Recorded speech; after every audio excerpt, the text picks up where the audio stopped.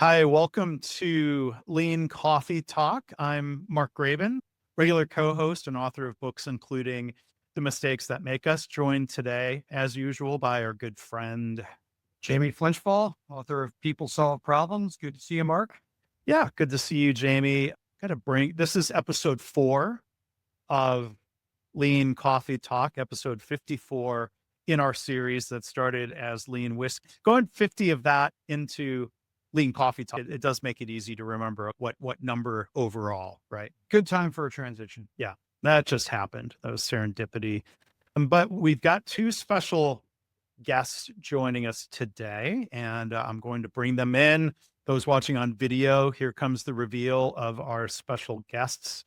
They are Tracy O'Rourke and Elisabeth Swan. Hello. Hello. Hey, Mark. Hey, Jamie. Nice to see you. Nice to see you both. See you both.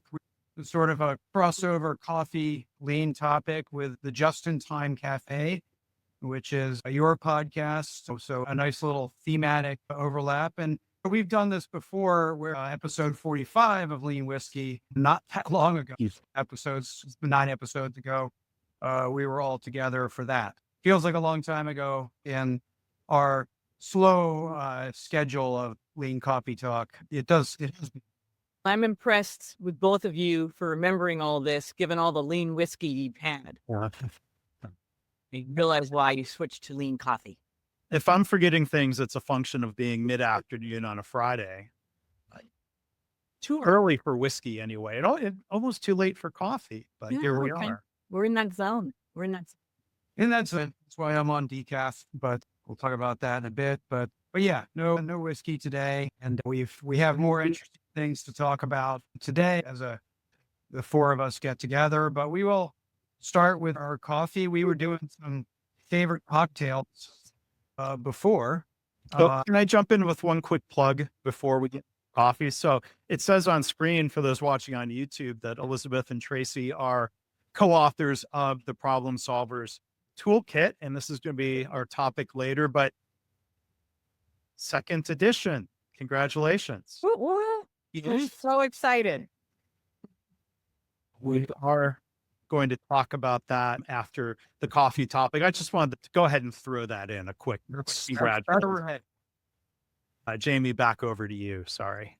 Yeah, no, that's fine. We'll definitely talk more about the 2nd edition of the book, and we'll start with our coffee topic. And since you already mentioned the time, I'm on decaf, so I'm just going to talk about a little bit what we're drinking today, and then we'll get into more coffee from a routine standpoint. But I actually tried something new. I'm doing it's also like a over 100 heat index. So I'm doing an iced almond milk decaf macchiato. Okay. Or so. You made this at home. Yeah, made this at home. 2 ounce or 40 grams decaf espresso, 40 grams almond milk. Forget the brand, but it's just almonds and water. That's the only ingredients in the almond milk, and then an ice cube. So it's still simple, but a little bit of work and a little bit of planning, a little bit of measuring, and there's probably better ways to do it, but not bad for a really hot mid-afternoon drink. It looks like a refreshing cocktail. I did put it in a cocktail glass with the ice cube. I thought the coffee mug, I'd start rolling it all over the place. Now I know exactly where my ice cube is in the glass. That's right. Well, healthy and also chic. Yeah, right. It's bougie, but it is a little hipster, but it's mostly just healthy and what I have. What you have, that's good. And a macchiato is less milk than a latte, correct? If you don't get it at Starbucks. So if you get it at Starbucks, who knows what they ruined it for everybody. I still go to coffee shops. Every coffee shop I go to, how do you make a macchiato? But it should be basically a 1-to-1 ratio. So equal parts milk, steamed milk in normal cases in a hot macchiato. Equal parts steamed milk and coffee or espresso. And so similar to a cortado, which is usually a little more on the steamed milk side. And it stands for marked macchiato, marked or stained. So it's just a little that. Like you can barely tell in the color cheese. So yeah, go to a coffee shop, ask for macchiato. It's a range of different stuff you might get. So I always have to ask, how do you make your macchiato? I do that with bartenders and cocktails sometimes. How do you make an old fashioned? If you're particular, Yeah. they're hopefully there to serve. Yeah. Today on the Jamie Craps on Starbucks podcast, again, we're joined by Tracy O'Rourke and Elisabeth Swan. Let's go around the horn. Tracy, what's your beverage right now? And then we'll come back around and talk about morning or daily routines. Okay. So my coffee right now so I'm on the West Coast, so it's still only 11 o'clock for me. So technically I could still have the full caffeine of a regular coffee. So that is what I am drinking right now in my Just in Time Cafe mug. Black coffee.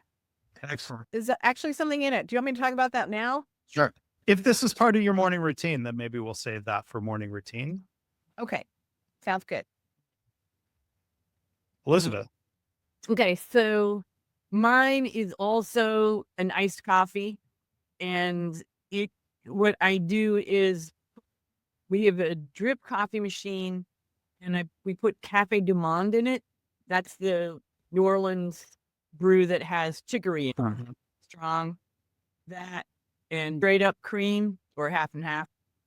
And I don't do it that often, but for special occasions like joining Lean Coffee, I thought I deserve a special iced coffee today into the Just in Time Cafe mug. And over to you, Mark. So what I'm drinking now, and this is different than my morning routine, and this is different. This is the opposite of hipster and bougie and sophisticated and sleek. I am drinking a decaf Keurig K-Cup. Laugh at me or judge, if you will. That's what I'm drinking now. Just drinking it black. I'm more excited about my mug. This is a mug that has the cover of The Mistakes That Make Us on this side. And on the other side, Elisabeth, I'm going to ask you to explain. It says Mark Graban ships. And then what?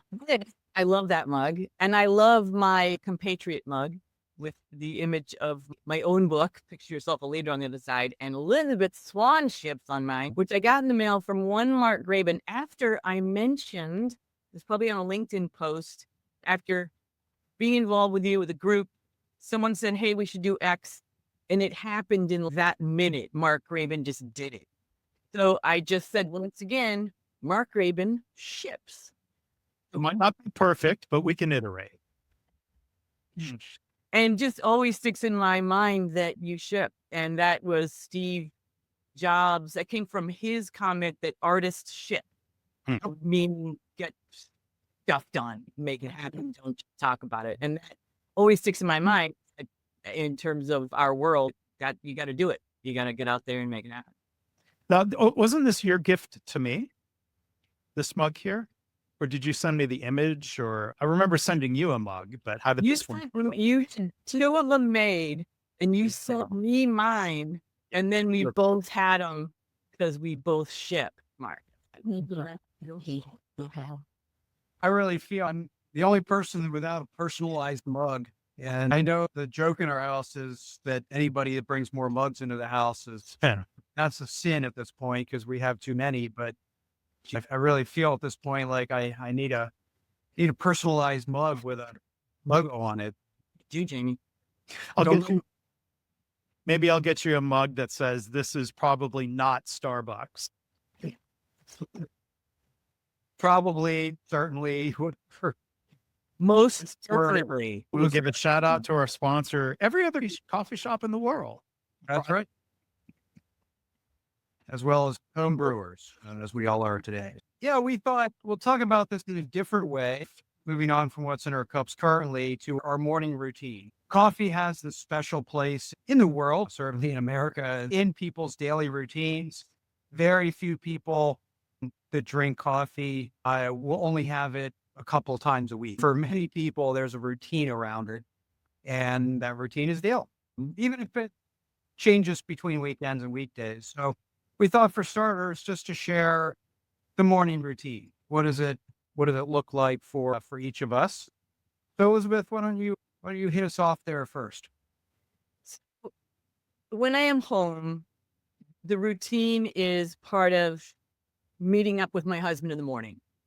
So he's the coffee maker. We have crazy fancy, it's actually a Australian Breville coffee maker, which the one we had before blew up, and I could work that one. This one, I've ceded all responsibility and expertise to my husband. I have no idea what he's doing, but he's measuring, he's tamping, everything has to be done. Just Wait, question. It blew up and you bought the same thing again after it blew up?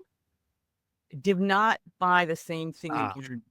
So the old machine I had mastered, and the new machine I had not. And that's the Breville. So he's responsible for making us schmancy cappuccinos. My responsibility is toast, and he makes the bread for the toast. Yeah. The demands of my skill are low, but I'm part of that. And the other thing we do is we get our copies, our toast, and we sit and we do the crossword of the day. And that's a joint effort. He's better at, say, jazz tunes, something to do with anthropology. I have stored every inane fact about TV sitcoms since I was born, seemingly, whether I watched them or not. Those are all still lodged up here. So between us, we knock it out and then head off to our offices. Very nice. Very nice. Tracy, yeah, why don't you go next? Sure. So what's really interesting about this is that I'm really rethinking my routine, my morning routine, my coffee routine. So sadly, I'm in my 50s now, mid 50s. I won't share how old I am, but my body is just becoming less and less tolerant of things. I know. A surprise. I went to the doctor and basically, I've been working on my health and all my biomarkers were looking really good, but I was wanting to improve them. And so I went back this year and all my biomarkers look great, except for my blood sugar, which went up a couple of points. And that made me officially pre-diabetic. And I'm like, what? So now I'm mad. And so I'm rethinking things. I used to put sugar in my coffee and I tried black, and honestly, I don't like black. I need flavor. So I tried this Shroom Boom stuff. Have you guys ever heard of it? That sounds like a product endorsement. Look at that. No, it's not. I'm not getting paid for it, but it's some sort of adaptogen. And maybe it's because I live in California, so this stuff just was always in front of you. It's not a psychedelic. So it would be legal in other states. Yeah. So I'm trying it and it's very flavorful. So I've been putting that in my coffee and also some protein collagen that has no taste and no clumps to start to eliminate some of my sugar. And unfortunately, my favorite happy hour drink is also espresso martinis and with vodka. And I'm team bourbon, but being here in Kentucky, I have to be, I guess. A bourbon espresso martini. yes, there's a lot of rethinking here. I can't say that I have a routine right now. And also part of that is going to the gym because Elisabeth knows, because we've talked about this, that strength training is very important. And I haven't been doing much of it. So I need to start incorporating that more into my routines. So I literally have to put it on my to-do list. And I actually put on the actual exercises that I'm going to do every day so that I can get my dopamine hits for checking things off, because for whatever reason, that seems to work really well for me, is I get motivated to check stuff off my list. And that includes working out and taking my vitamins. So like by the time I start work, I've checked off like 20 things. It feels really good. That's great. All right. Jamie. Yeah, so it's interesting. Tracy's experimenting, right? And trying new things, changing the routine, which I think we have to do once in a while. And I've definitely shifted my coffee from fuel to more experience. And that's been over the last several years. So used to be, especially when I was at a hotel, wake up and actually like preload the coffee machine. I'd wake up in a hotel, hit brew, then go get a shower, right? Now I do not have coffee first thing. It's because it's not fuel. I'll do other things, my water, get some other things in my system. And then often, usually around 9 a.m., somewhere between 8 and 10, probably, I'll make an espresso on my fancy machine and often sit outside but no screens. So it's me.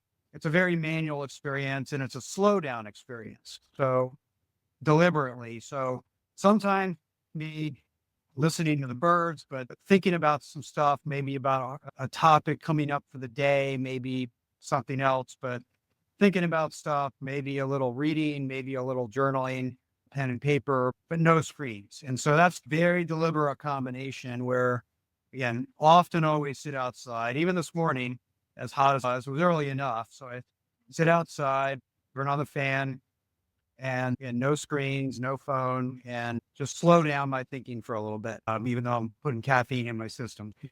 But espresso doesn't have as much caffeine as a full cup of coffee. So it's really, again, not about the fuel. It's really more about the experience. 15 minutes. Yeah, it doesn't take long. I'm not pounding down the espresso. I'm taking my time with it, but that's part of my routine. And I really like it. I'd say when there's something in the way of that routine, and it shouldn't be this way, but it's gotten to the point where I'm a little antsy about having missed it. So that's part of my routine. And it's been evolving over the last 2 or 3 years. That antsiness is different than needing the caffeine. Yeah, absolutely. It's not needing the caffeine. I definitely have had days where I do that because I'm really a 2 espresso, one or 2 a day. So it's not a lot of caffeine. And then I might do, again, a decaf espresso in the afternoon or something, just for the enjoyment of it. But yeah, not like I'm getting shaky, missing the caffeine. It's a mental slowdown check-in moment. Cool. That's mine. What about you, Mark? Yeah. So my morning usually does not start with the Keurig. That's there when needed. Some visitors to use that.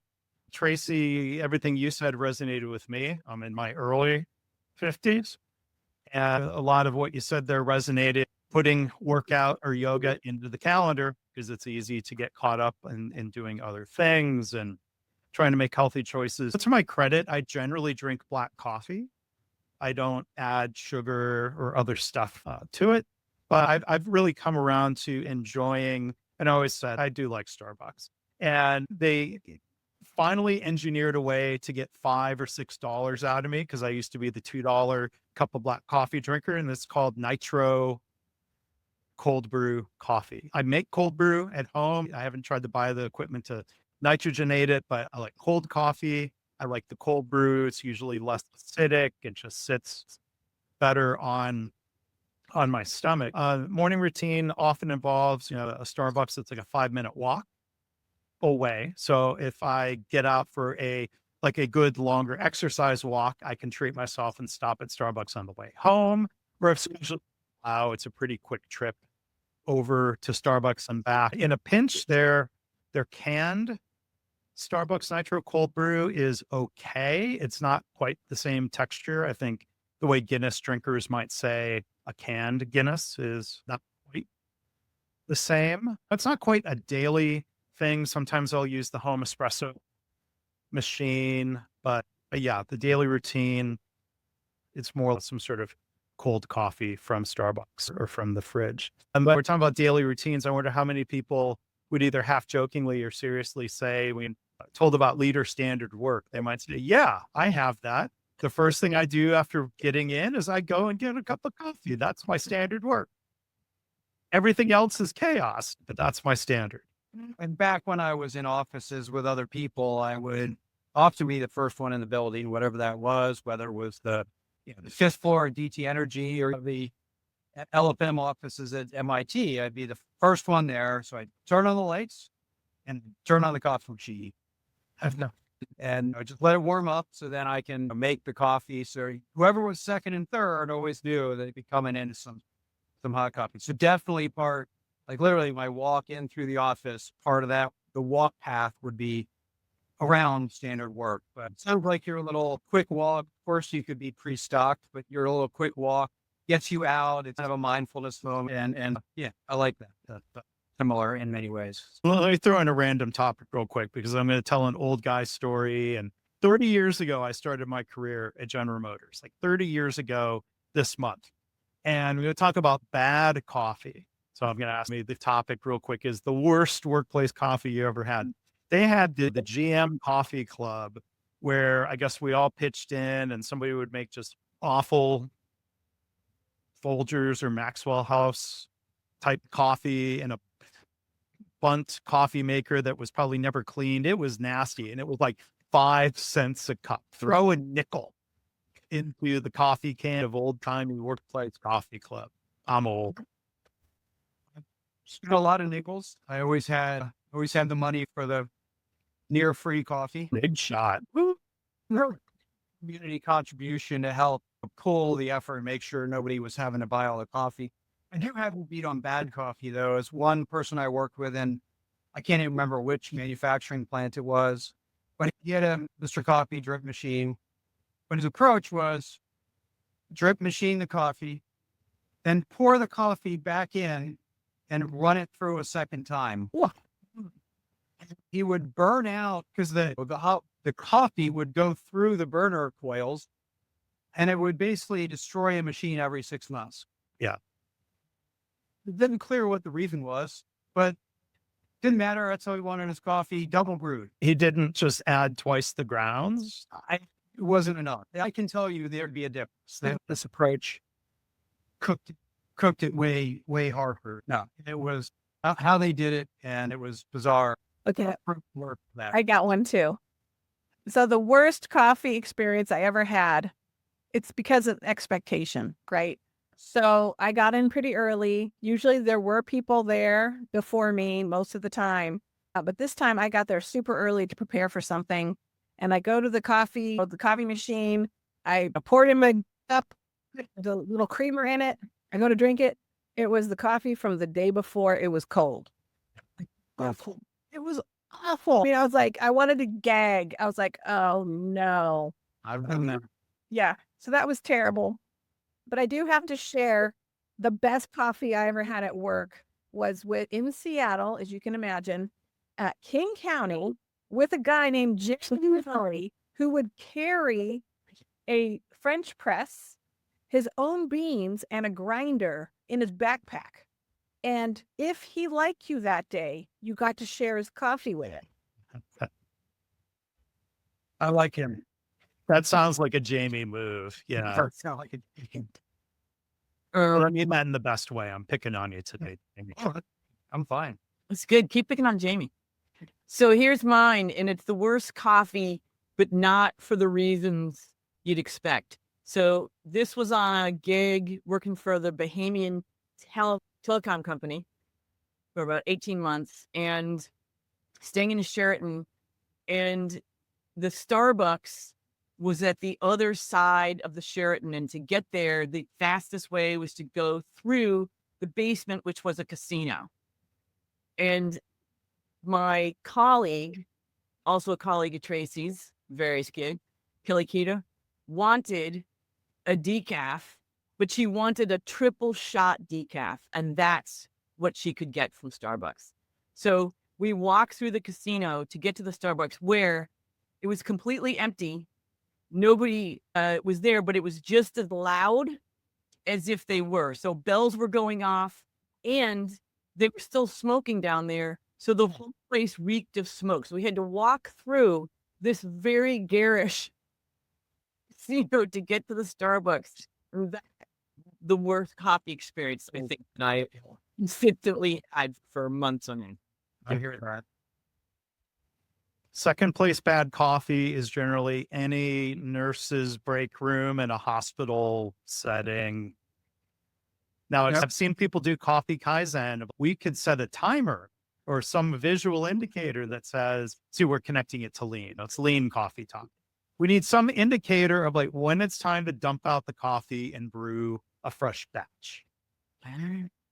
They're problem solving, huh? Of course, the part of the problem is they're often so busy. Nobody that even enters and sees the visual cue has the time to do it. A different problem and different Right. framing of the problem, but that's why you end up with cold brew and other things that are always ready in that regard. We'll keep drinking our coffees today and get into some of our topics here. As Mark previewed, we wanted to start with the second edition of the Problem Solver's Toolkit. And I have to say, my first book, The Hitchhiker's Guide to Lean, that I co-wrote with Andy Carlino, is 19 years old, I think, this year, if I remember correctly. I never do, but I've thought many times, second edition, and just the idea of opening that can of worms and revisiting all the content and refreshing it, re-editing it just overwhelms me. And so I think the decision to go to a second edition is a big deal. So what brought you around to just the decision, the idea of doing a second edition?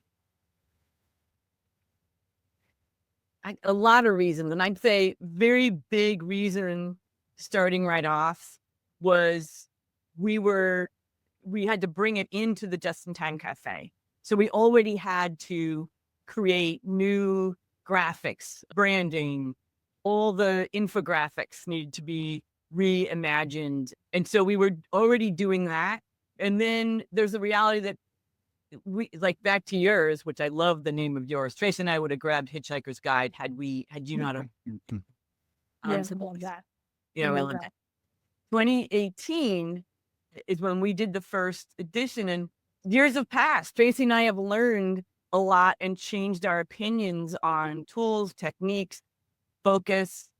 And one of the things we discovered was that everybody gravitated to one of the aspects of this tool book, which is kind of a normal segment of tool books, which is the potholes and detours and the things that can go wrong when you use this tool, and then how to get around that. And we had all new ones, and we wanted to incorporate those.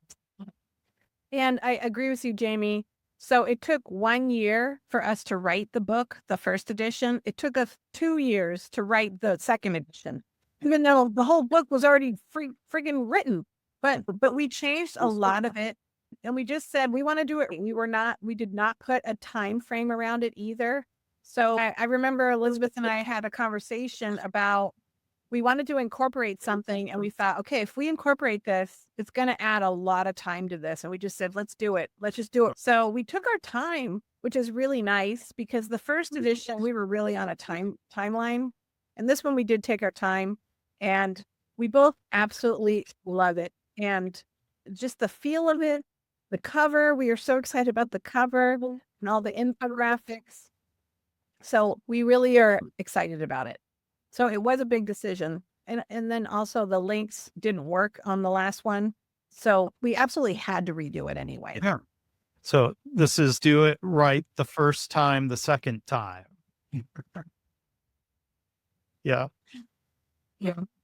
And that is hard because we all learn, we all continue to learn, right? So there's always, oh, I'd say it differently this time, and I'd say it different, I'd do this differently, and I'd add that. And so there's so many good reasons. But as you describe the process, hunting, because you want to revisit every aspect of it. And when you don't have a timeline, it can stretch out, which can result in better products. Artists ship, to Elizabeth's earlier point. And I won't say which book it was, but I do know an author who co-wrote a book with somebody, and they indicated to me that they were eventually under a timeline crunch, and it showed. Yeah. So it's nice when you just, okay, we're going to get it right, and it'll come out. Everybody already has the first edition, so it's not like we're starving people for stuff. Let's work on the second edition and then get it out. And if you go, there's this fine line between I'm Mr. He ships, but then I felt like just self-imposed pressure 2 years ago with the mistakes that make us. I figured I didn't want to work on it forever. I wanted to get it out there. But then a couple of months after it was out, and then you have the regrets of like beyond the typos. Those are easy to fix. But I'm like, I'm doing a book that's based on a lot of podcast stories. And I missed, in hindsight, to me, the obvious thing of I could have put QR codes in there on the pages to help someone point directly to the episode instead of just doing old-timey footnotes. And then that means relaying out pages and expense. And it's so I convinced myself I'll just live with that regret unless I ever do somehow a second edition. So if I let it percolate for a while, I don't know if I would have come up with that. I don't know. but Mhm. I don't regret shifting. I think the other thing that I don't want to dwell on it, but Tracy and I did get rolling immediately, right? Once we had the book and we were ready to bring it into the Just in Time Cafe. But both our personal lives, we lost some folks in our family at the same exact time. And we, I think, appropriately stepped back and said, okay, that goes on the shelf and we come back to it. But back to your description, Jamie, of diving into a book that, like all that takes, starting and then coming back, that was some uphill. And then I think we got into a role, and then there was the deadlines of publishing was like, all right, people, it's pedal to the metal. But we had done great work. So I think we were in good shape. You've talked about some and all of that and what you wanted to add. What else would be, I'll say, new and different about the second edition, whether people are familiar or not with the first edition? Glad you asked, Jamie. So we definitely wanted to add more fun because we feel like we do have the fun take. We try to make process improvement fun and productive. And we really wanted to incorporate more of that. We wanted to give the book a little more sass, right, Elizabeth? And so we actually incorporated something called road games because the reality is when you're problem solving with teams, it can be really easy to get very action oriented. And what's the next task? What's the next task? And sometimes we forget about the team building aspect of problem solving and connection. And I feel like people think we don't really need to do team building because it's not efficient. And I actually used to hate icebreakers. I used to not like icebreakers when I was in my younger years. But the studies and research shows that people are more likely to work better together with icebreakers. Now, I don't like games, but I do the kind where you get to know the person a little bit more and you have some sort of connection. And we find it does just work better. And I use this in the real world that we're definitely using icebreakers and you feel the mood change in the meetings. So we incorporate road game to do at every phase of process improvement. And it's a lot of fun. So there's icebreaker team activities. So if the icebreaker is fun facts, your fun fact could be, I hate icebreakers. Pretty much. Yes. I haven't had anybody say that yet, but I'm sure that it could happen. Yeah. I might be the one that would say it that way. And it is because there's a lot of things that I don't like, but I also know work, right? And even simulations, they perhaps have designed more lean simulations than anybody else on the planet. Close to 20 in total and of various different flavors, but I actually hate going through them. I know they work. And so that's sometimes our preferences do get in the way versus objective data. Yeah. And all of that. And I will say, because it's different than my brand is not, let's see how fun and light we can make things.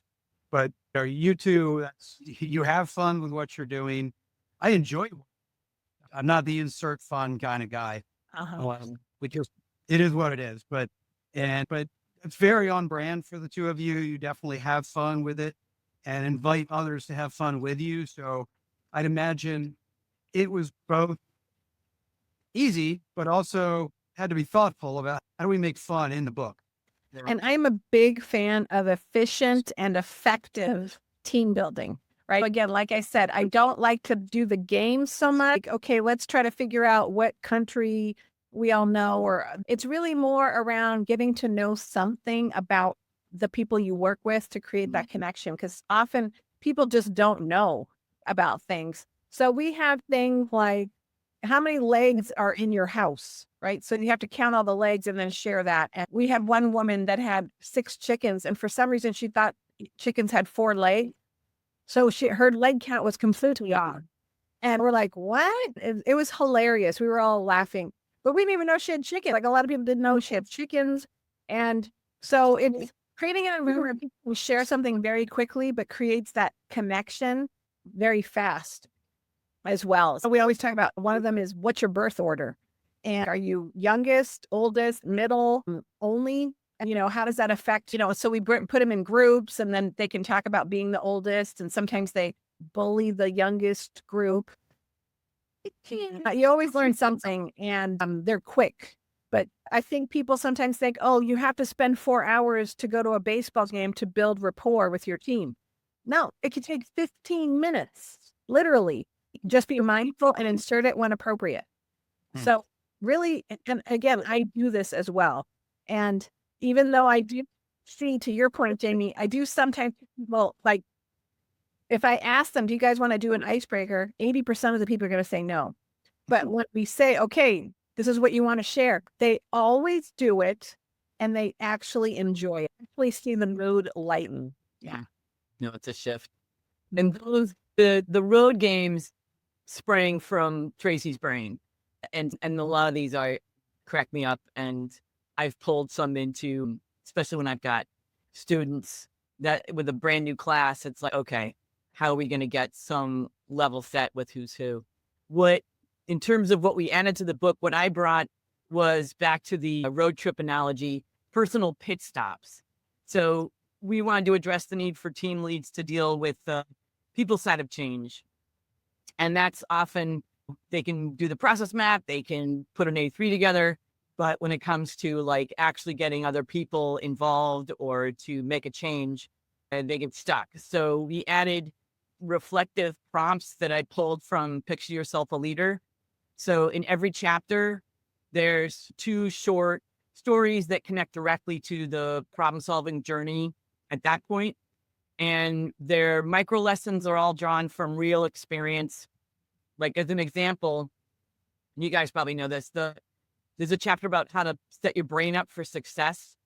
So it turns out we do not come up with our best ideas in a conference room, either around a flip chart or on a Zoom call.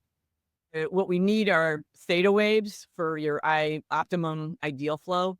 And those happen, and it often comes out when I ask people, where do you get your best ideas? And they say, oh, on the treadmill, walking the dog, do the dishes, middle of the night when I wake up. And those are all times that we are conjuring theta waves.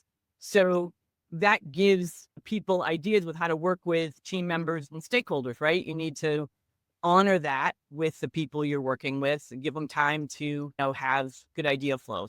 It's just one example of inserting that piece. And just the reality that this book is for problem solvers, and some of them might be team leads, some of them might not be, but even if they don't have a title, they're impacting people around them. So if they're having influence, whether they realize it or not, might as well get a handle on that and have good influence. So anyway, we pulled that in, and those are, we reference them so people know what they can download if they want. And if I thought about it, Mark, I would have put the QR code, but they know the link and they can go download the chapter, unless they have the book, which they should really have my book, but if they don't, they could still access the chapters. But yeah, that was my personal edition. Second edition. I've got a follow-up question on sass. What's an example of something sassy that's in the book now? So we gave the characters in the book, they're all part of the Just-in-Time Cafe. They're a team trying to reduce how long it takes their customers to get their lunch orders. But we gave the people in the book some personality. So they might have an issue with someone, like, say, moving their garlic press or questioning what they're doing in their process. So it brings in kind of the real aspect of how people really behave during process improvement, that you don't always get smoother-ation.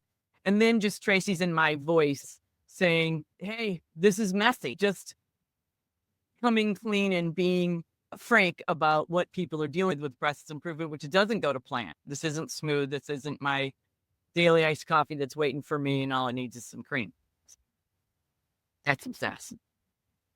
And some of the characters are like anti-sass then? Yeah, they're like, don't sass me. Which is sassy in its own way. It's meta. They conveniently named it Jamie, and he took everything too seriously in the book. So. He just got mad all the time. And then Tracy, the last piece, I'll leave to you then. Yes. So the last thing we did, we upgraded the entire digital companion, if you will. We upgraded the templates. They're all downloadable online. We included instructions, and we also used to have a healthcare example, and we decided to create a more universal example that no matter what industry you're in, you probably understand this process. It's the new hire onboarding process. So at least, because when people are not in healthcare and they look at the example, they feel a barrier suddenly. But everybody can relate to onboarding. And so all the examples for all the templates have a new hire onboarding case study example for every template. And I think it helps people to understand, although they might not be an expert in the onboarding process, we've all been through it if we've had a job. And so we really ended up focusing on this digitized content.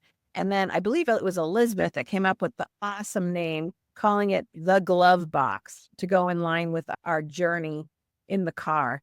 And it's on our website, the JIT Cafe. It holds all the templates, the road games, the personal pit stop. There's videos of me talking about the road games. And we're looking to probably incorporate more content too as we move forward. But you get a really great glove box that's specific for problem solving, doesn't have tissues or a car manual in it. And so, because it's for this journey in particular. And Jamie, if you ever redo the Hitchhiker's Guide, you can have a Hitchhiker's Glove Box. We totally give it up to you on that with the interstellar journey. Yeah, I think I may have moved on from that idea, but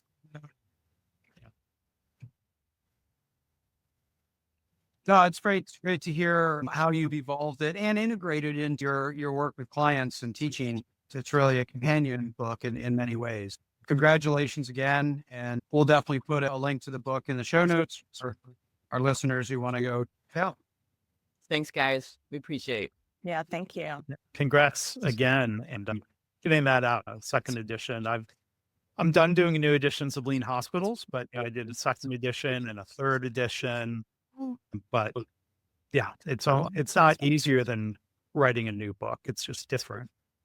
I don't think you're ever going to be done with the mistakes that make us, Mark, because there's so many mistakes to make. So you really gotta be ready for that. Might be volume 2 instead of second edition, because I've done a lot more episodes since. I like it. Yep. Yeah. Do you want to move on and talk about, this might be in the lean category of routines that lead to effectiveness and or efficiency? Yep. And go around and share something there, Jamie? Yeah. So the idea of this was we all, what you call problem solving, continuous improvement, waste elimination. We're all looking for ways to find micro practices to make ourselves as effective as possible. And our daily routine is part of that. Whether it's built into your standard work or it's truly just a habit, they're all sort of ways we can do it. And it's always good to hear tips and tricks from people around how they're doing it. So we can always decide where in the day does this part routine take place. But for me, I'll just sort of when I turn on my computer and power it up, sit down for the first time. And there's a big part where most people complain about being in their inbox too early, right? It hijacks their day, and sometimes it hijacks their getting out of bed.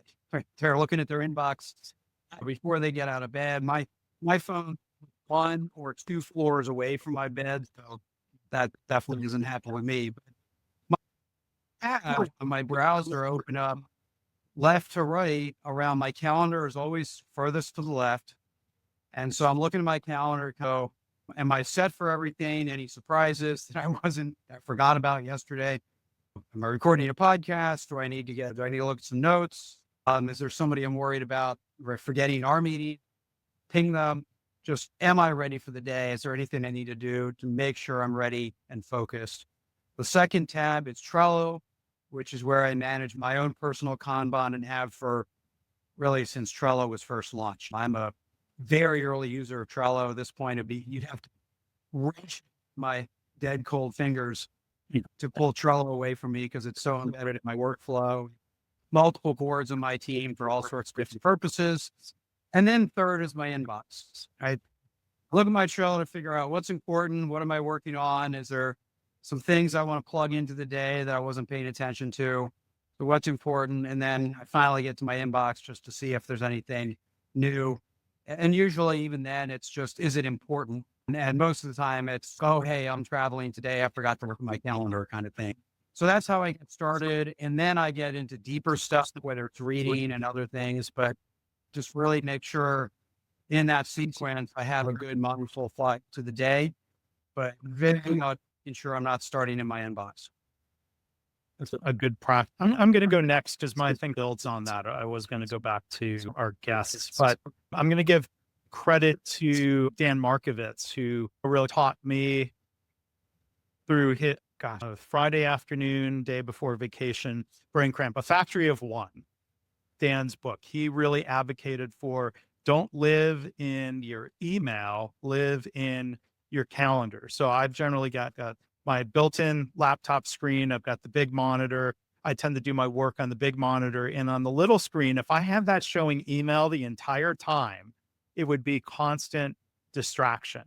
So I've gotten better at being mindful of leaving the calendar there. I think I'll take a glance at it and double check, okay, what time is it? Am I making the choice to flip over to look at email? And my computer is good. It does, with Mac, it doesn't pop up with a Outlook. I don't use Outlook, but a notification every time an email comes in. That's one of my strategies to try to minimize distraction. But then the other thing I was going to add in terms of calendar, I used to use another system. I switched to Calendly. I don't even have a virtual assistant.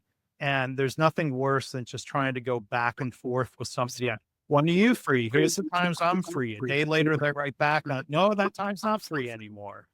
I not imagine doing anything with Calendly, just for meetings, podcasts, things like that. Very nice. Yeah, I'm a Calendly fan. I'm a pro subscriber from 2019. And if I was a better podcaster, I'd say, use Calendly, using promo code Lean Coffee, blah, blah, blah, blah, blah. No, you should be holding up something like to experiment. Yeah. Okay, I'll go next. Go ahead, Tracy. Yeah. So I have a lot of different clients that I work with. And I think what's interesting is I'm a W-2 for a lot of them. So I'm a consultant still. A lot of places that I'm working right now, I am a W-2. So I'm working with the Navy and I'm working with UC San Diego. And so what's interesting is using all of their systems and then isolated. So when I'm at the Navy, I don't check my UCSD. I don't check the JIT Cafe because I'm at the Navy. I have to get up early and check those things so that when I'm at the Navy, I could be focused on them. And so it changes every day depending on what systems I'm using. And of course, everybody uses different systems, right? So I'm a Mac person. Elisabeth and I use Asana for a lot of our processes. And I love that we use that because, again, we do podcast once a month and we do other things. It is on a regular cadence, but not every day. So we don't always remember every single step. So it's really nice to have those process steps laid out. And oh, by the way, I loved Trello too. And one of the companies that Elisabeth and I were co-owners of ended up switching to Asana, and I fought it. And now I love it. It's very similar, and I really like it. And I also have a personal Asana Kanban list, like you do, Jamie, of all the things I'm doing. It has all my very specific, for example, workouts and vitamins by day. And again, using that dopamine hit of checking things off somehow is a motivator for me. I would not have known that for a long time, but I'm finding I feel accomplished. Yeah. And so ultimately I am driven a lot by my calendar. So I'll check the calendar for the whole week, then the whole month. Then I check my to-do list and I prioritize items based on upcoming activities for the week and then for the day. And that seems to work for me so that I'm not missing something that's coming up. And I have a good idea of what's coming. If I don't do it, I probably will do the daily thing, obviously every day to check my appointments and meetings. But I'm always pretty clear about what's coming the next week and the next week, because sometimes I have to completely develop something from scratch and I need time for that. And then the other thing is, and here's the hard part too, is I got kids too. And I actually need to put on the calendar, spend time with my kids, honestly, because if I didn't, I'd be playing pickleball every day of the week. One thing I don't have to put on the calendar. Actually, I do. But if I didn't really be cognizant of how many days I'm playing pickleball versus taking my son out to dinner or going with my husband out to dinner, they get away from you. They won't play pickleball with you? I wish they would, because that would just make things so much more efficient. I'm trying to be a problem solver. Sorry for throwing solutions at you. So they've all tried it once, and none of them are as exuberant about it as I am. But I'm thinking we need to give it another try. There's not many people as exuberant as you, Tracy, in general. So, Yeah. The exuberance meter, Tracy, you toughed out, but don't give up. Yeah. I'm excited about process improvement too. People think, wow, how are you so excited about?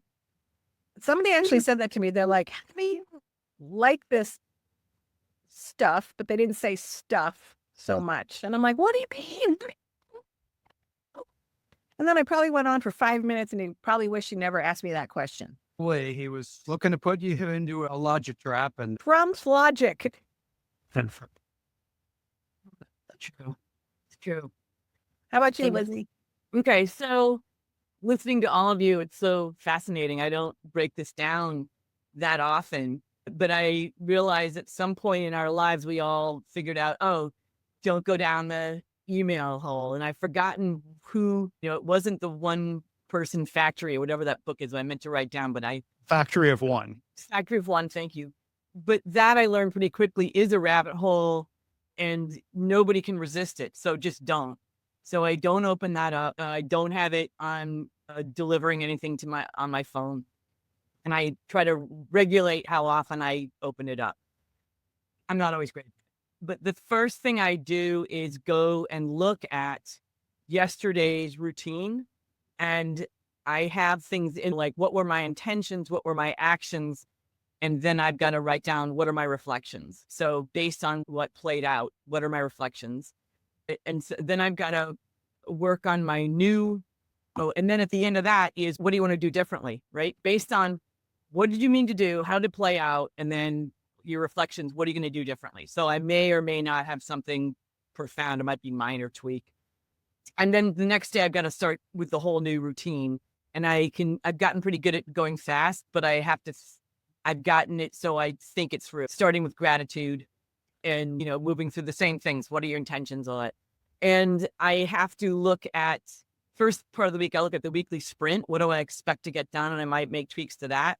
And back to what you guys all brought up, which is my calendar.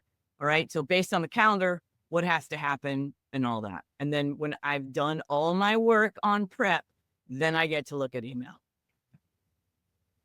You treat yourself with email. I could trip a little roll with email. Goody, somebody wrote me.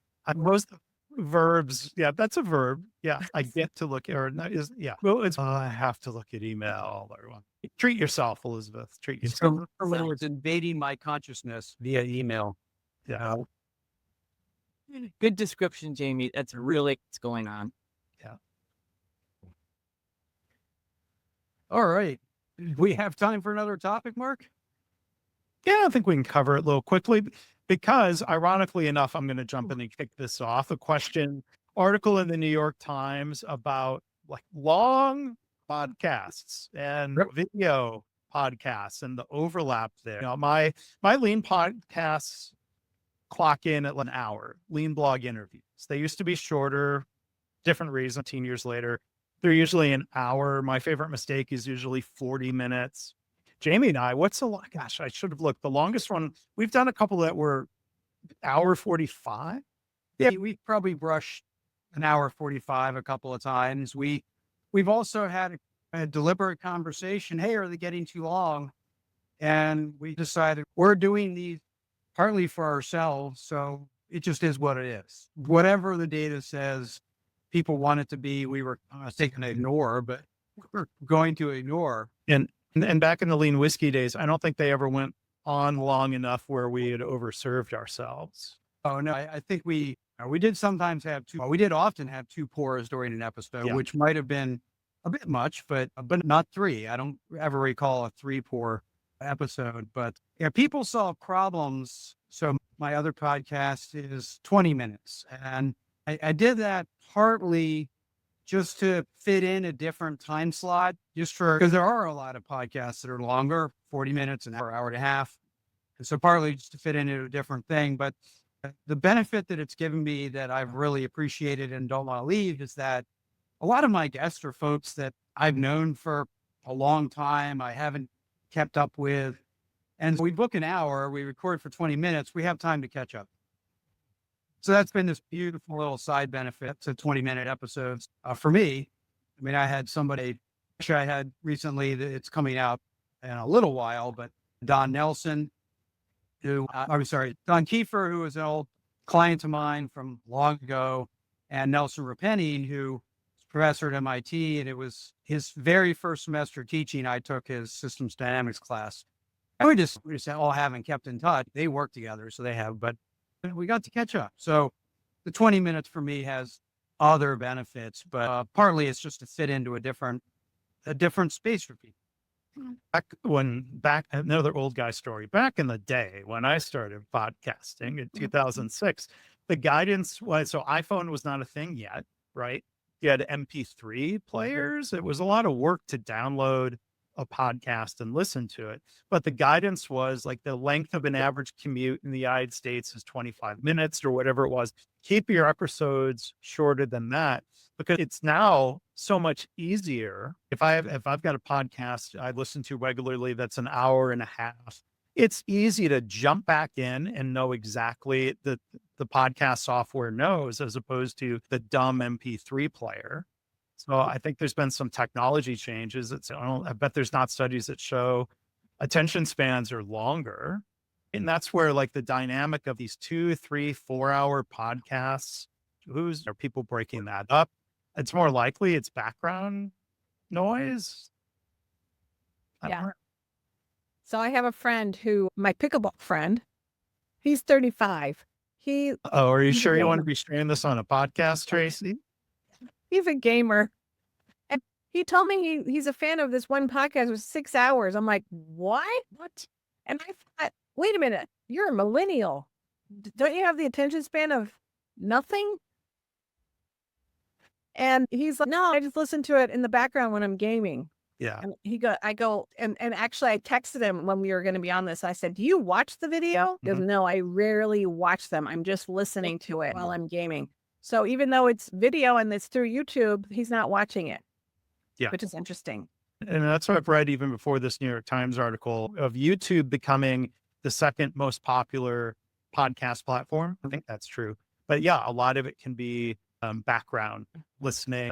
You put that window behind something else. So yeah, I started doing video, really back during the pandemic, other than some very early experiments. It got easier to do video, but if I'm looking at people on screen as we're recording, I don't over edit things. So just throwing it out on YouTube, whether people are listening or maybe even finding it and saying, that's something I want to listen to, and then go find it on Apple or Spotify or something. That's one reason I've put them out on YouTube, even though I see the data, podcast listens are 20x the number of YouTube views. And I think if I really dug into the deeper stats of how long people listened or watched, I bet that retention is higher on the audio platforms. Yeah.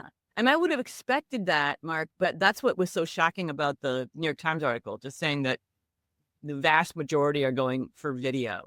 But then Tracy and I recently interviewed Gwendolyn Galsworth, and just a reminder, which we're aware of already, that, 50% of the brain is dedicated to visual processing. So it is our brain's preferred mode. And then she mentioned something that came up for me when reading this article, and back to what you just described, Tracy, about the gamer, is she said we are keenly attuned to peripheral vision.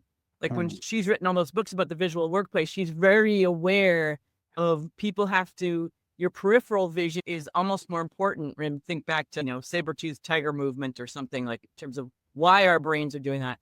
But then in the article, the description of people just like the gamer having it on, in the background, the video, but if something caught their eye, would stop and then focus in on it, because that's what happens. Yeah. We are so attuned that it can catch our eye. So then I was like, oh, that starts to make sense to me.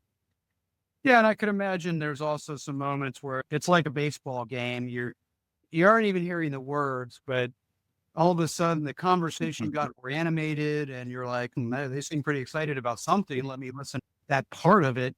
And it draws your attention audibly as well. Or you hear the crack of the bat, or you hear the announcer on the baseball game get excited, and you look up from what you're doing. My video stats seem to be higher. Now my podcast isn't as mature as Mark's is, but by any stretch, but think we're getting about 20% video consumption, but I don't know who's watching in the background and who's actually watching it. I certainly don't prefer to watch video podcasts.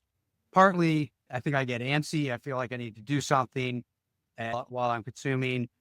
And so doing anything else on a screen while also having a podcast in the background, my brain is not going to process that very well. Driving or some of my walks. A lot of walks I like to have no headphones in, but long drives, even if it's just my fish market is like 25 minutes to half an hour away. So there's an hour round trip, or when I'm going down to North Carolina or Pittsburgh or Lexington, I've got hours and hours in the road. I line up my podcast on a playlist and I listen to them that way, but I almost never watch a podcast. Yeah, you're making me think in terms of work style. I can do music. I tend to listen to instrumental music. I'm not, and even going back 20 years ago when I first had significant, or at least occasional work at home stints, I've always been disciplined about, I could leave TV on in the background, or to listen to all of my friends' different podcasts, including yours, Jamie, and yours, Elisabeth and Tracy. I would have to have something streaming almost constantly. But I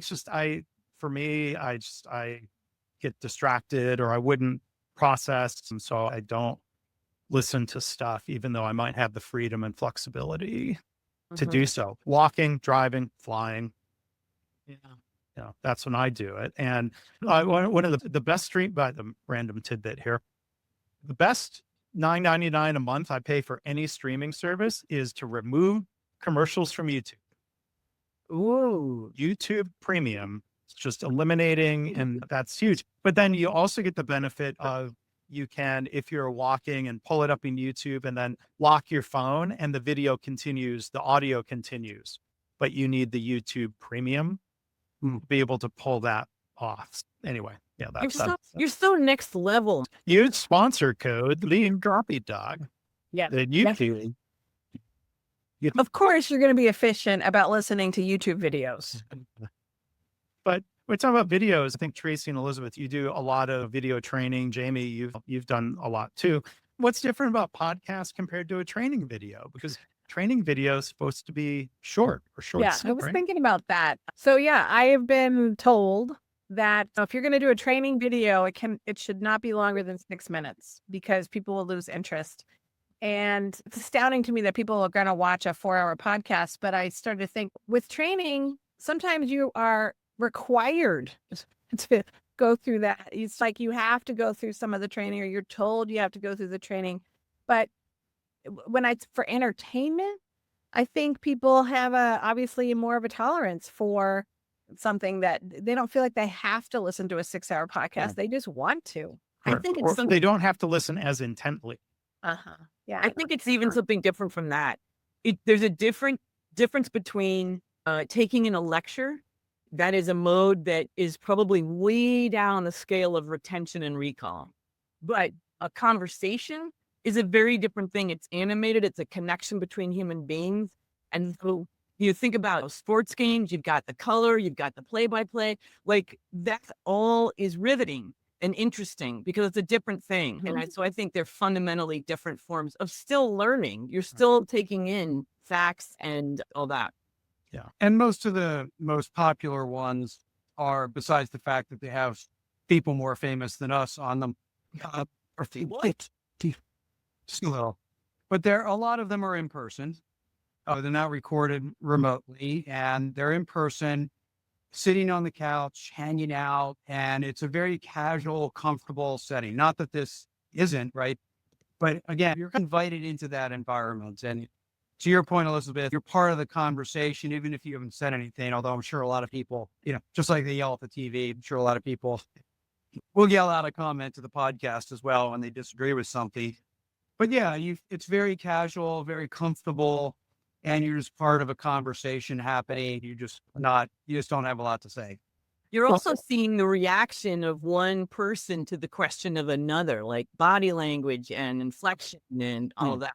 What are you saying, Mark? One point, then I'll go back to the point I was going to say. One reason I don't edit is I had somebody, I think it was a guest on My Favorite Mistake, who's a podcaster, and said like, because there's this tendency, especially TikTok or whatever, you got to edit out every little pause.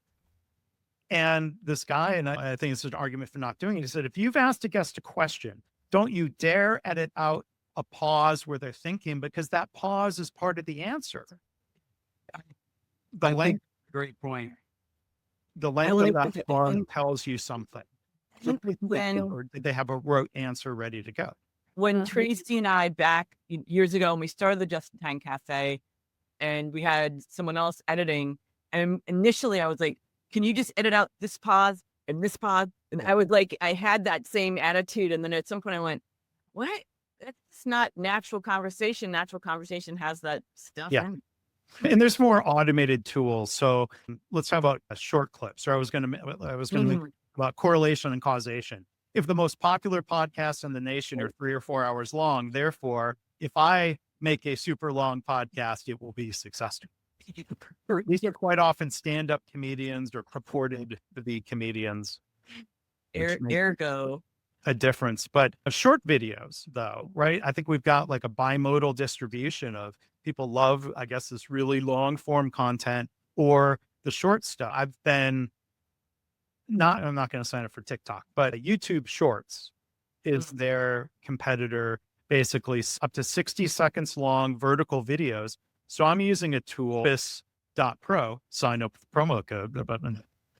I think like a podcast, but Pro is great. And it will take a 45-minute podcast, and through whether it's AI or if it's just software, it will come up with 25 potential 30 to 60 second long clips, and it'll verticalize them, and you can stack you and the guest or have it full screen. You can tweak and edit the videos. And if my long form episodes get on the scale of dozens of listens and watches, these short videos, it tends to be hundreds or sometimes thousands. And I'm hoping that those short clips would point people to subscribe to my channel or learn about the podcast. I uploaded one to LinkedIn the other day that was a 5-second clip, partly as an experiment between algorithms and responsiveness and what have you. But yeah, short, take the long form, turn it in the short form. Are you playing with that, either of you?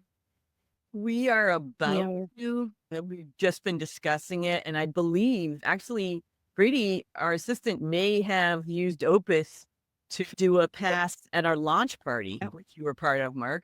I was like, oh, just as you said that, I was like, she's probably going to do the same thing, because we just asked her, like, hey, because we have 3 segments, right? There's the interview, there's the app or the book review, and then there's some Q&A. And you guys also have these segments that could make nice chunks. And I was just interviewed on another podcast, and he said, yeah, we do all the short clips. They all do markedly better than and I was like, yeah, makes total sense. Like both of you, Elizabeth and I have a ton of content out there. We did webinars for years. We did the podcast for years, and we have so much content, and we're just not leveraging it. And so that's what we're talking about, is these shorter clips, that making them more specifically available on YouTube, so we're working right now as a part of that, as Elizabeth said. Well, that's a great point about recycling old content in evergreen. If you've got an old video of a webinar or a presentation you did on stage, running that, I've run video like that. Yes. Systems to create clips. That's good. I like that. Yeah, we definitely do. We do a teaser clip a week before an episode drops, and then we do 5 clips after an episode drops. And so we're doing those clips as well. I don't think they drive a lot of traffic to subscribes, partly because, and I wonder if there's a correlation here to the longer episodes, is most of the time people are looking at shorts. They're not looking to make any decisions. It's a flip. And it was 60 seconds of entertainment or information or less. And then they moved on. So they're not looking to take action or subscribe to anything in that of course. I don't wonder if the long episodes are the same thing. If I tee up a 4-hour episode, I don't have to make a decision for a while. And we've all sat there, right? Queue up Netflix. What do you want to watch? I don't know. Let's look through everything they have and put it up bedtime. So you don't have to make another decision for quite some time. That's a great point. That is so funny you said that. I spent an entire evening just watching the trailers of the different shows. And then I'm like, all right, time for Missing. Yeah. Need more coffee. We'd love to hear feedback from anybody. If you've got comments about any of these experiments or formats or length of the episode, you can find us online easy enough and let us know what you think. Yeah, for Lane Talk, we're open to feedback and we may ignore it. It is our right. it. Is. Listen, Go buy Jamie's book using promo code I don't care. use it properly. And prepare, buy it, don't buy it, whatever. Don't go to Starbucks. No, he doesn't. Yeah. But yeah, we do the podcast for us and we're happy, dear listener, that you are along for the ride. Actually, Right. what else to recommend in podcasting land? People don't listen in groups. So always refer to the listener or you in the singular, because that's a very personal connection. Don't say, I had to retrain myself to not say, hey, everybody. Yeah. You're addressing that listener. Okay, this is mind warp. I have to go look at our template and be like, okay, I got to work that out. This is interesting. But you're right. It's a little tidbit. Yeah, I think we have said a couple times, Elisabeth, can you explain to our audience, blah, blah, blah, blah, blah, as a collective versus an individual? Like now, Tracy, we just say, can you explain to our audience of one? Or just say, can you explain? Can you Or- explain? Or can you explain for the listener? And I And don't think anyone's going to interpret that as like, I'm the only listener. I didn't heard their name. Can you explain to Mark? In the future, that'll be personalized Right. just much. So let me just tell a quick story that's a little mind blowing. With My Favorite Mistake and Lean Blog interviews, my podcasting hosts can allow me to insert videos that can, or ads, like for my books or workshops, that can be what they call geo-targeted.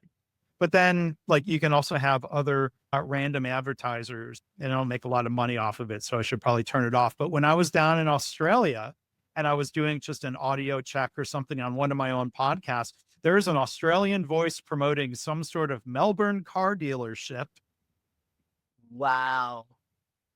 That's personalized-ish, but in the future, I bet you can have a service like you sign up and you're a subscriber and by AI, it just jumps in and we'll be like, Jamie, welcome to the podcast today. Thank you for listening, Jamie. Yeah. And I think make that in an Australian accent because it's just more interesting. Even more personalized. Oh man, good one. I try. So we talk about our closing cultural share. Yeah. So our cultural share is always something we've tasted, experienced, watched, listened to, just something you want to share from any walk of life. Who wants to jump in first? You guys model it. Okay, go ahead, Mark. Okay. A movie that I really enjoyed in the last month or so. It's available on Apple TV Plus, and it's called Wolves. So grammatically, not wolves, not Dances with Wolves, wolves, wolf with an S. It's yet another Brad Pitt, George Clooney movie. These guys are good. They're good together. And if you remember the wolf from Pulp Fiction, Yep. Yes. so both Cleaner. Pitt and Clooney's characters. And funny enough, I don't think you ever learn their names at all in the movie, but they both play cleaners or fixers who both get called to the same problem scene but by two different people. And they're thrown in this situation where I work alone. No, I'm not going to work with this other person. And they have the standoff. Well, if you're going to do it, I'm not going to do it. But they can't really do that. So they're forced to work together for these two different bosses with competing interests. But the things that made me think about Lean was that like they have their standard work. If not, they're set in their ways. They're also very protective of their standard work. I don't want you stealing this method from me, but it turns out their methods and everything are actually so similar that there's one criminal that they end up having to spend a lot of time with. And this guy keeps asking, so how long have you two worked together? And you're like, you two are partners. And nope. But you even dress alike. And so they're just, anyway, that was a good lot of comedy. And if we could stretch to say that there's some Lean stuff in there, but good movie, Wolves. I'll have to watch that. I haven't seen it. Good show. We've seen it. So I got called the cleaner at one of my clients. Take that as a compliment. They're like, oh, she's the process cleaner. Hopefully it wasn't that bloody. No, it wasn't bloody. Because this movie, no spoilers, it was a bloody scene, but that might involve fixing it. I did that see was. it. It is hilarious. I totally enjoyed it, Mark, with you. Oh, you did see it. I did. Yeah, no, it was great. As you're talking, I'm like, wait a second, I saw that. Movie. Do you want to go next, or do you want to back clean up and finish it off after Tracy and Elisabeth? Go ahead. Okay. Next, Elizabeth. No, you, Tracy, go ahead. Okay. Okay, mine is a little different. And again, I have a theme, another theme going on here about my life and my body and my health. So a book I recently read because of this pre-diabetic thing is something my doctor actually recommended.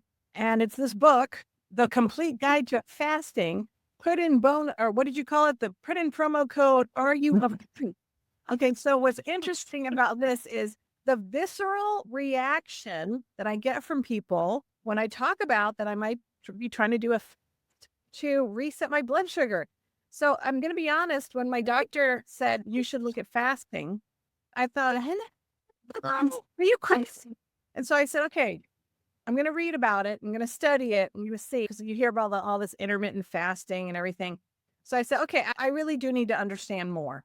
And so I read the book, very interesting, a lot of studies and research about how it resets your blood sugar. Because really what we do now is we go on medication. So the symptom is you're pre-diabetic. And what do? We just cover it up with medication. And we're not really addressing it at the root cause. Point for Tracy. Yes, Yeah. root cause. So I started looking into this fasting idea, and I actually did do a 5-day fast. And it wasn't as hard as I thought it was going to be. And a lot of it was based on understanding the process, the whole idea of ketosis, and then autophagy, I think it's called, where the body eats itself, but the bad stuff. Anyway, very interesting.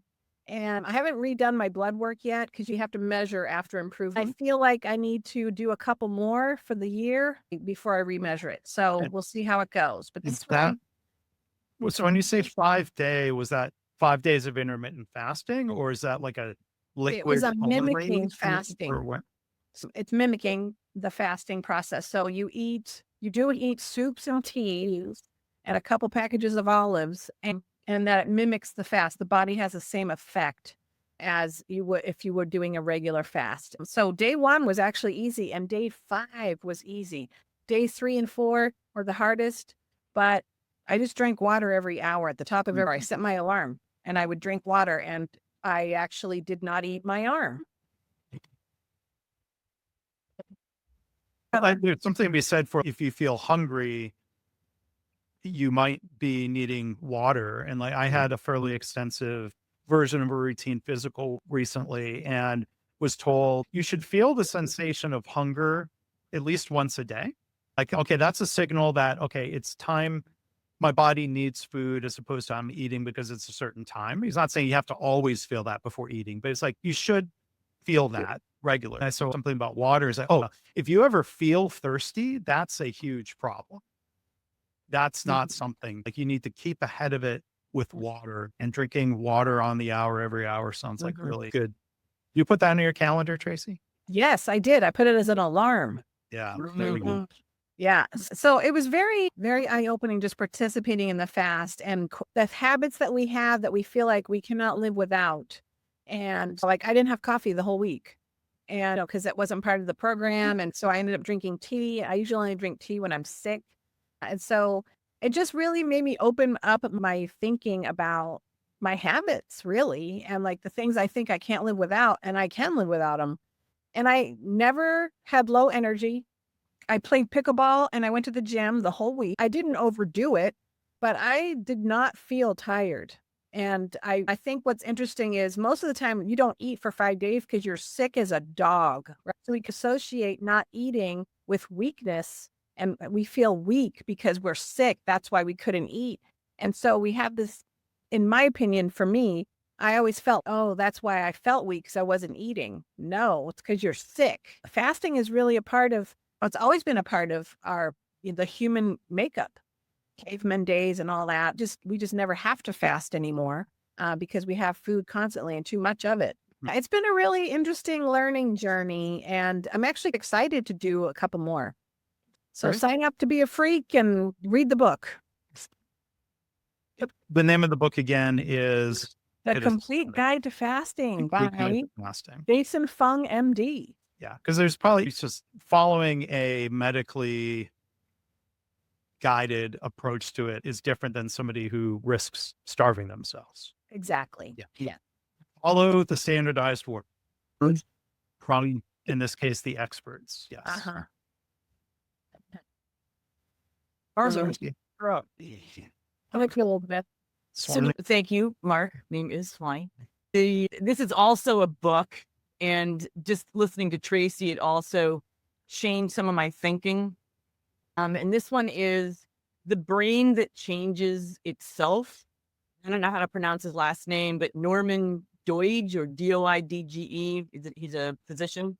And it is 18 years old. The book is not new, and it's about basically chronicling the discovery of neuroplasticity.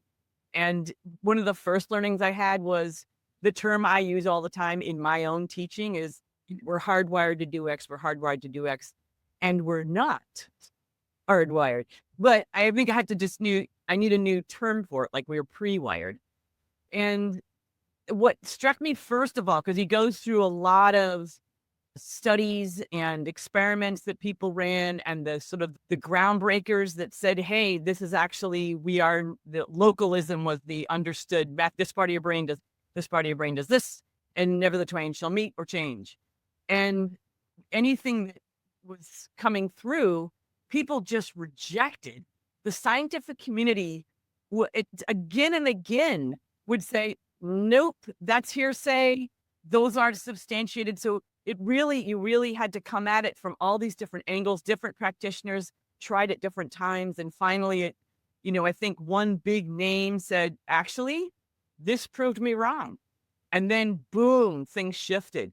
So just the power, I think, of individuals to take something in and let new thought arise. The other thing that really, because when I read books, I think, how's that going to change what I do? And for this one, what struck me was your brain has the ability to constantly grow, as far as I can tell, until you expire. So if you think about what we were like as infants, where we were learning constantly, what's that word? What's that mean? And we were mimicking. We're just like these little open books. But by middle age, which I would say all of us are hovering in and around or above, is we are practicing mastery, right? So we are good at what we do. So in order to grow your brain, you have to learn new things, right? And that could be music, an instrument, a language, a different aspect of your career, a technique. So to be constantly learning. And what I remembered was my grandmother, who lived in 99 and stayed sharp. And she announced, I don't even know when this was, she might have been in her 80s. She said, I'm going to learn something new every day. And then she would tell me what she learned. So it was like coming back to, I got that. So it really alters that attitude I have, and just knowing that I am rewiring my brain. So if I start my day with gratitude, that's helping to rewire my brain. Right. So anyway, that's where I got to. And once again, I'm not getting any money. This is a book that's been out for 8 years. Yeah. Great. None of us are Thank getting you, money Sharon. from anything we've talked about today. No. Yeah, my father is learning piano. Mhm. Yeah.